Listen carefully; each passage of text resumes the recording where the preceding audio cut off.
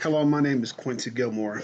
Today I will be doing my informative speech about my opinion of speed traps. I got some presentation aids here. I'll try my best to maintain contact, but bear with me. It's a lot of subject matter went into this. So my keyword outline I will be referring to for my speech is about speed traps. To do some research for this, to do some preliminary research for this topic before I started it.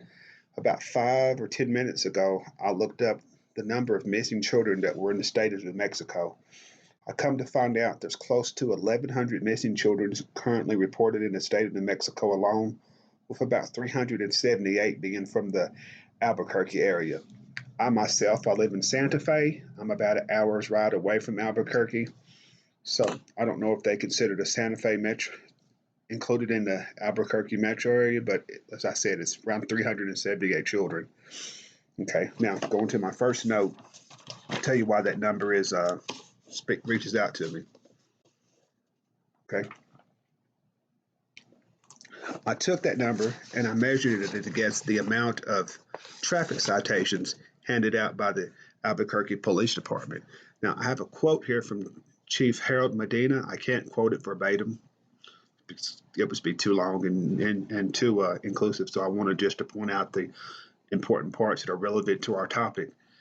So, not verbatim, just roughly what he said.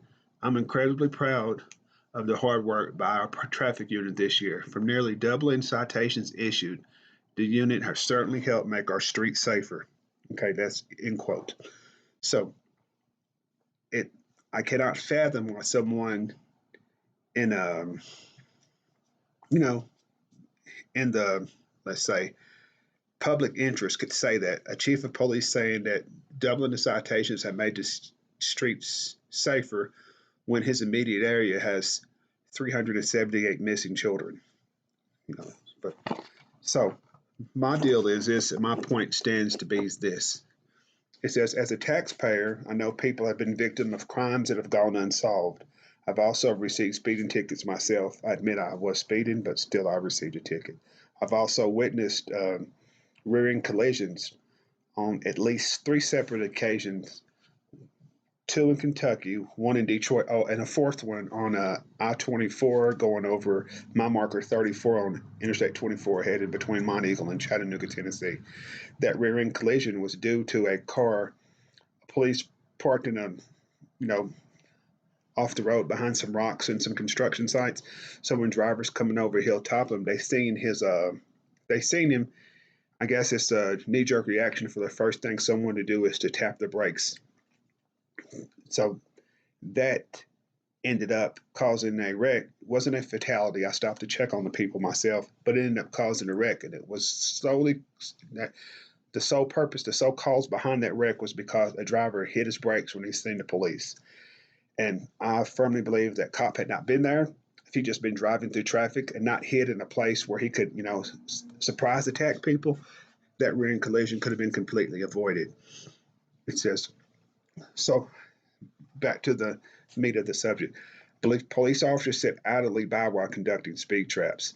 The fact that there are missing children in unsolved cold cases, while said police sit in their car and wait for speeders instead of using their training to aid in the fight of the missing children and solving cold cases